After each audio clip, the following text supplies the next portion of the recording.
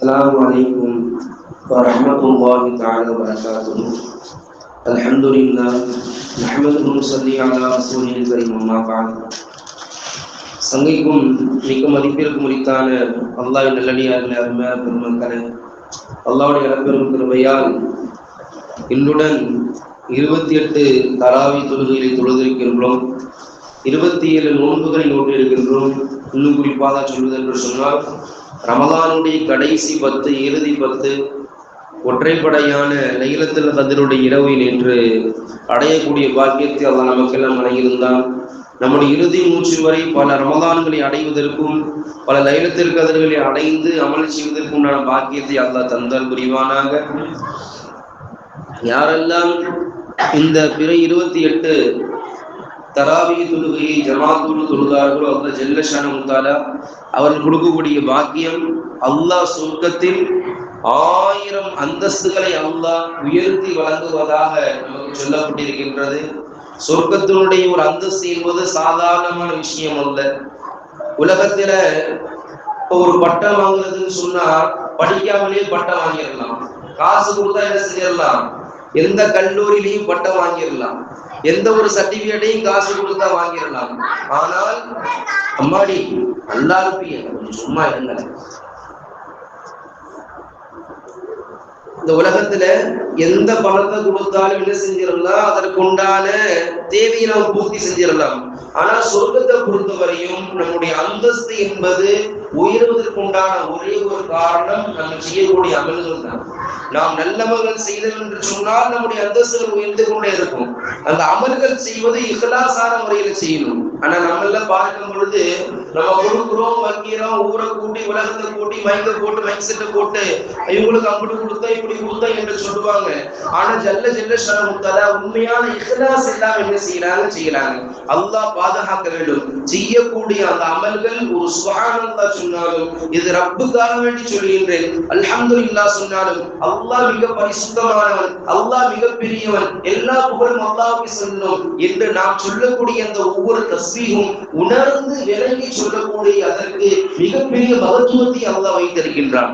ஆனால் நாம் பேருக்கு செய்யக்கூடிய எந்த அமலுக்கும் இந்த உலகத்தோடு அதற்கு உண்டான கூலி கிடைச்சு போயிடும். காரணம், இவர் நல்லா செஞ்சிட்டாருப்பா, இவர் நல்லா பண்ணிட்டாரு, இந்த பள்ளியாசல்லாம் இப்படி பண்ணாங்க, அந்த பள்ளியாசல் அப்படி செஞ்சாங்க என்று உலகத்தினுடைய பெயர்களும் உலகத்தில் தன்னை வெச்ச வேண்டும் என்று செய்யக்கூடிய அவர்கள் இந்த உலகத்தோடு முடிஞ்சு போயிடும். ஆனால் அல்லாஹ்வுக்காக வேண்டி உண்மையான இஹ்லாஸோடு தக்வாவோடு செய்யக்கூடிய அமல்கள் தான் இந்த உலகத்திற்கும் அல்லாஹ் கண்ணியத்தை தருவான், மறு உலகத்திற்கும் மிகப்பெரிய அந்தஸ்தை தருவான் என்பதுதான் அல்லாஹ்வும் அல்லாஹ்வுடைய திருமறையிலும் அல்லாஹ் ஜல்ல ஷானஹு தஆலா சொல்லி காட்டுகின்றார். இப்படி நாம் பார்க்கும் பொழுது சொர்க்கத்துல அல்லாஹ் 1000 அந்தஸ்தை உயர்த்தி தருகிறான் என்பது ஒரு சாதாரணமான விஷயம் அல்ல. அப்படிப்பட்ட 1000 அந்தஸ்தை பெறக்கூடிய ஒரு மிகப்பெரிய ஒரு சிறப்பான அமல் யாரெல்லாம் ரமலானுடைய 28 இமாம் ஜமாத்தோடு தொழுகிறார்களோ அப்படிப்பட்ட அந்த சீதைகளை அல்லாஹ் வழங்குகிறான் என்பதாக நமக்கு சொல்லப்பட்டிருக்கிறது. நாமெல்லாம் இமாம் ஜமாத்தோடு அல்முறையாம் திருக்குர்ஆனை ஓதக்கூடிய அந்த தராவி தொழுகையை கலந்து கொண்டோம். நம்முடைய அமல்கள் அல்லாஹ்விடத்தில் பொருத்தம் பெற்றதாக வேண்டும். அதிலும் குறிப்பாக நாம் எல்லாம் 1000 அந்தஸ்துகளை சுவனத்தில் பெறக்கூடிய பாக்கியத்தை அல்லாஹ் நமக்கு தந்தல் புரிவானாக. நாம் எல்லாம் சொர்க்கத்தை ஆசைப்படுறோம். யாருக்காவது சொர்க்கம் ஆசை இல்லைன்னு சொல்லுவோமா? உலகத்துல பொறுக்கும் பொழுது எனக்கு பணம் தேவை, அது தேவை என்று சொல்லக்கூடிய நாம் உலகத்தினுடைய அல்லாத ஒன்றுதான் மறுமை. அந்த மறுமையுடன் மிக முக்கியமான ஒன்று சொர்க்கம். அல்லாஹ் படைச்ச பிரமாண்டமான படைப்புகள்ல சொர்க்கம் என்பது மிக பிரமாண்டமான படைப்பு. சொர்க்கவாசிகள் சொர்க்கத்துக்குள்ள போனவர் என்ன சொல்லுவாங்களா? அல்ஹம்துலில்லாஹில்லதி அத்ஹப அன்னல் ஹுஸன். அல்லாஹ்வுடைய எல்லா புகழும் தெரியுமா? எங்களுடைய கவலைகளை போக்கு வச்ச அல்லாஹ்வுக்கு எல்லா புகழும். உலகத்துல பார்க்கும் பொழுது 2 வகையான மனிதர்கள் இருக்கிறாங்க.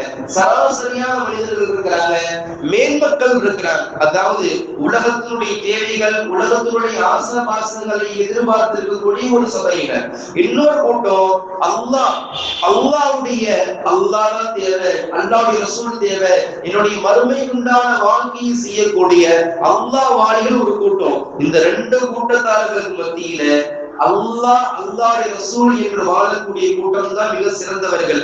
அப்படிப்பட்ட இந்த உலகத்தினுடைய தேவையும் தாண்டி அல்லாஹ் ரசூலுடைய அந்த அன்பையும் பாசத்தையும் பொருத்தத்தையும் பெறக்கூடிய இந்த சாலிஹானவர்கள் சொர்க்கத்தில் சொல்லுவாங்களா, அல்ஹம்துலில்லாஹில்லதி அதுஹப அன்னல் ஹுஸன். அல்லாஹ் ஜல்ல ஷானஹு தஆலா உலகத்தினுடைய எல்லா விதமான கஷ்டத்தையும் சோதனையும் நீக்கி மறுமையினுடைய எல்லா சோதனையும் நீக்கி சொர்க்கத்தில் எங்களை நுழைய வைத்த அந்த அல்லாஹ்வுக்கே எல்லா புகழும் அல்ஹம்துலில்லாஹ் என்று அந்த சொர்க்கவாசிகள் சொல்லக்கூடிய அந்த வாசகம் இருக்குது.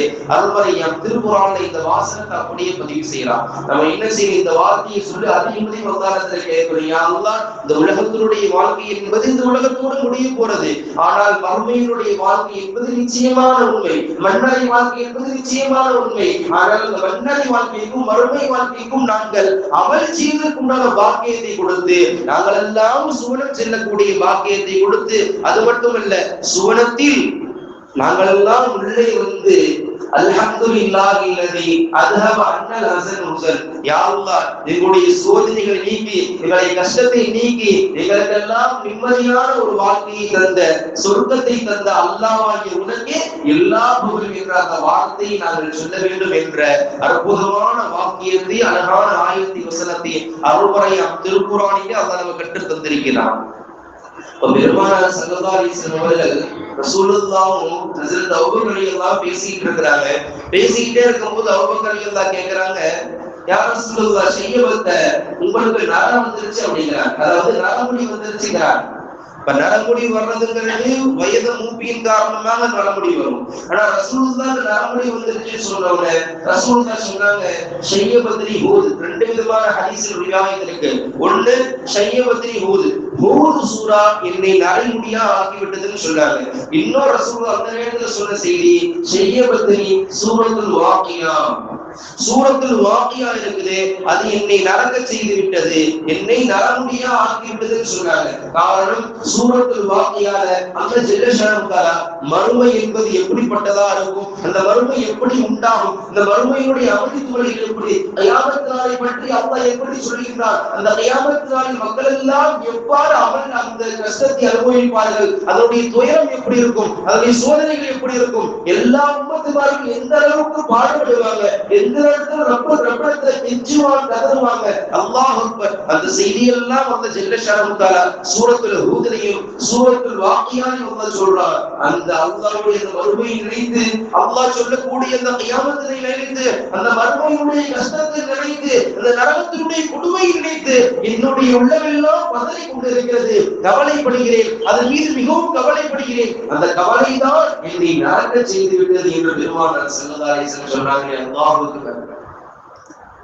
நரைமுடி என்பது ஸலாத்தை பொறுத்தவரை மிகவும் சிறந்தது. ரசூலுல்லாஹ் சொல்றாங்க, யாருக்கெல்லாம் நரைமுடி வந்துருச்சோ அவர்களை நரகத்தில் போட்டு தண்டனை செய்வதற்கு அல்லாஹ் வெட்கப்படுறாங்க. அல்லாஹ் அக்பர்.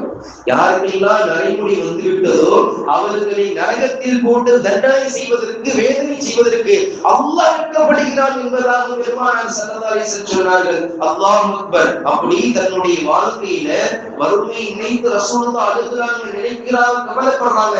ஆனா நம்முடைய வாழ்க்கையெல்லாம் உலகத்தினுடைய தேவையா இருக்குது, உலகத்தினுடைய ஆசுபாசமா இருக்குது, மற்றவர்கள் எல்லாம் தன்னை மெச்ச வேண்டும் என்று எண்ணிக்கொள்கின்றோம். அல்லாஹ் பாதுகாக்க வேண்டும். பல சமுதாயத்தில் அல்லாஹ் அழிச்சிருக்கிறான்.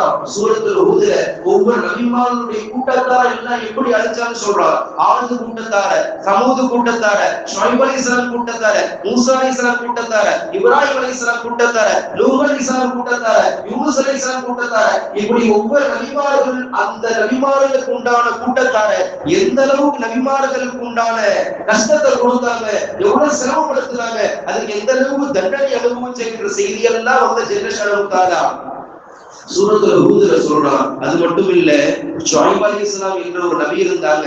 அந்த ஷுஐப் அலைஹிஸ்ஸலாம் யாருடைய தந்தைன்னு சொன்னா ஹஜ்ரத் மூசா அலைஹிஸ்ஸலாம் மகள், அவருடைய மனைவியுடைய தந்தை. சாட்டா சொன்னா மூசா அலைஹிஸ்ஸலாத்துக்கு மாமனார். இந்த ஷுஐப் அலைஹிஸ்ஸலாம் கூட்டத்தை அல்லாஹ் அழிச்சான். ஏன் தெரியுமா? அவர்கள் எல்லாம் எடை நிறுவையில் என்ன செய்வாங்க, அநியாயம் செய்வாங்க. இடம் வாங்கி இடத்துக்கு சாமம் வாங்குறோம்ல, அவங்க வாங்கும் பொழுது நல்ல நிறைய போட்டு வாங்குவாங்க.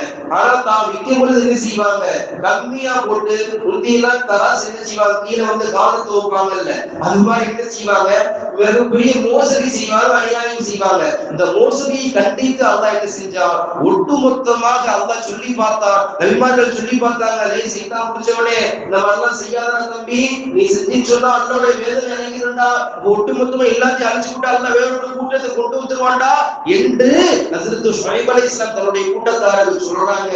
ஆனா அந்த சைத்தானுக்கு என்ன செய்யல, நீங்க பாட்டுக்கு சொல்லிட்டே இருங்க, நாங்க பாட்டுக்கு வேலையை பார்த்துட்டே இருக்கணும். மோசடி செஞ்சாங்க, அநியாயம் செய்தார்கள். அல்லாஹ் அந்த கூட்டத்தை ஒட்டுமொத்தமா அழிச்சு இந்த முழு உம்மத்தையும் என்ன செய்தார், படிப்படி ஆக்கி வச்சான். நம்முடைய வாழ்க்கையில பார்க்கும் பொழுது ஒரு சாரார பொறுத்தவரை என்ன செய்வாங்க, அவங்களை கண்ணியப்படுத்துவாங்க. இன்னொரு சார என்ன செய்வாங்க, அவங்களை கண்ணியப்படுத்தாம விட்டுருவாங்க.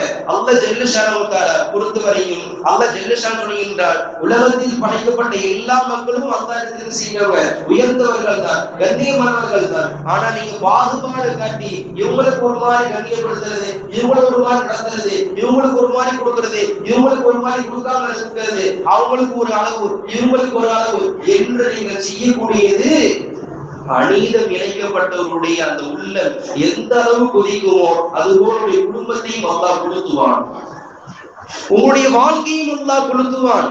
பெருமானார் ஸல்லல்லாஹு அலைஹி வஸல்லம் சொன்னாங்க, 3 பேருடைய துஆவை அல்லாஹ் என்ன செய்ய மாட்டான், ஒருபோது மறுக்க மாட்டான். பெருமானார் ஸல்லல்லாஹு அலைஹி வஸல்லம் சொன்னாங்க, நோன்பாளிகள் அந்த நோன்பு திறக்கக்கூடிய நேரத்தில் கேட்கக்கூடிய துஆ இருக்குது, அல்லாஹ் எல்லாவற்றையும் அல்லாஹ் கொடுக்கிறான்.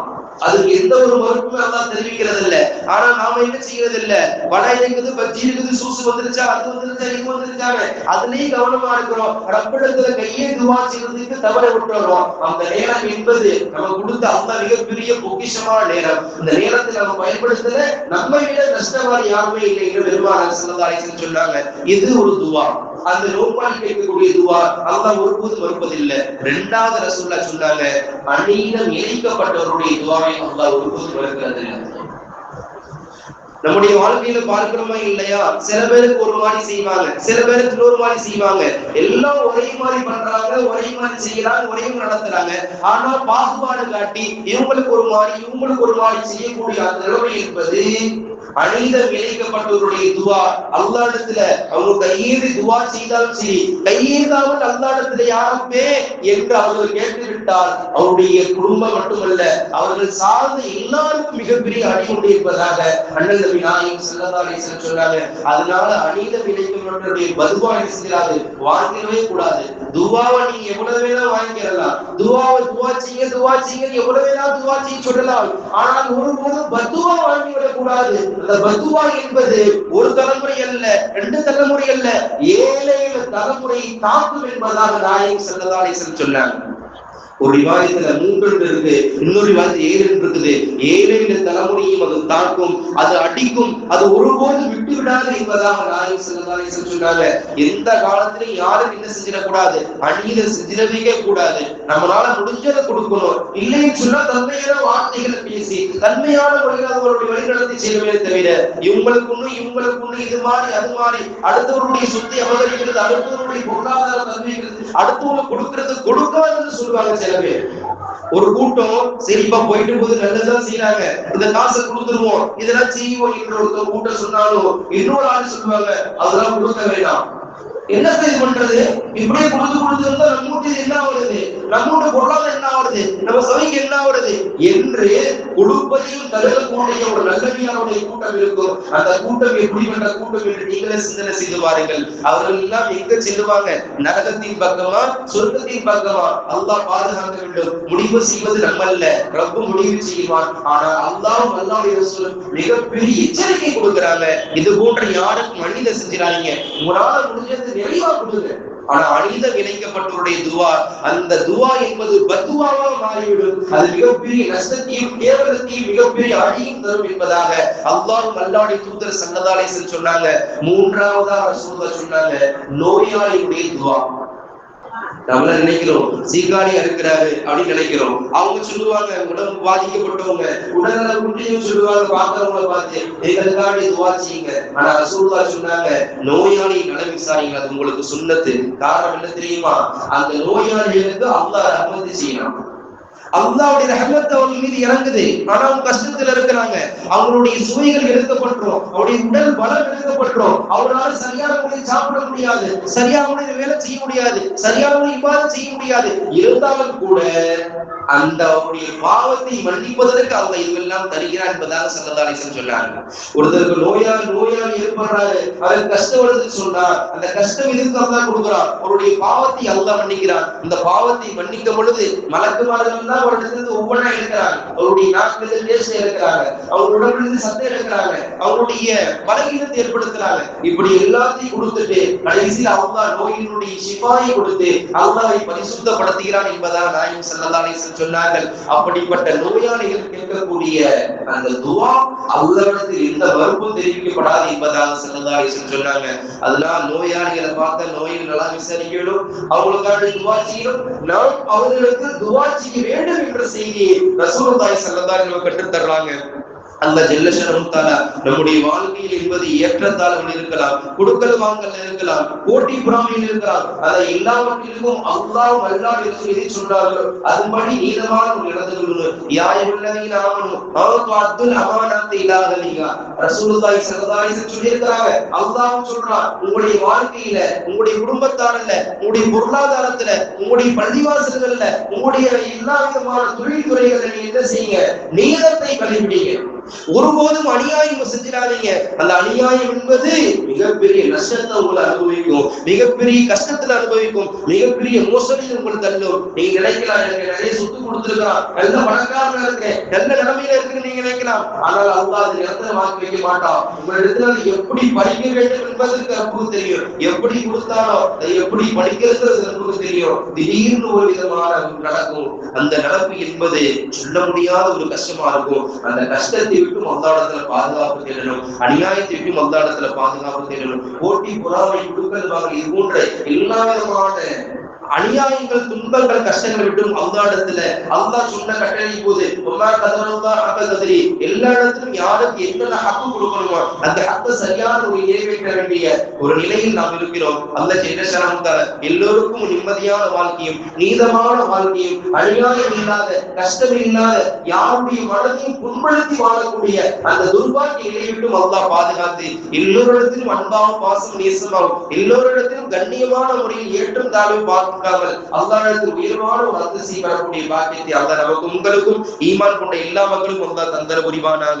எதை சொன்னோம் எதை கேட்டோமோ அதன்படி வாழக்கூடிய நல்ல தௌஃபீக் அல்லாஹ் உங்களுக்கு நமக்கும் ஈமான் கொண்ட எல்லா மக்களுக்கும் ஆசீர்வாதம் தந்தர புரிவானாக. ஆமீன் யா ரப்பல் ஆலமீன். وآخر دعوانا الحمد لله رب العالمين. سبحان الله بحمده سبحانك اللهم وبحمدك أشهد أن لا إله إلا أنت نستغفرك ونتوب إليك. آمين آمين. سبحان ربك رب العزة عما يصفون، سلام على المرسلين والحمد لله رب العالمين. صلى الله على محمد صلى الله عليه وسلم، صلى الله على محمد صلى الله عليه وسلم، صلى الله على محمد يا ربي صل عليه وسلم. எனக்கு உடல் சுகம் இல்லாமல் ஆமீன்.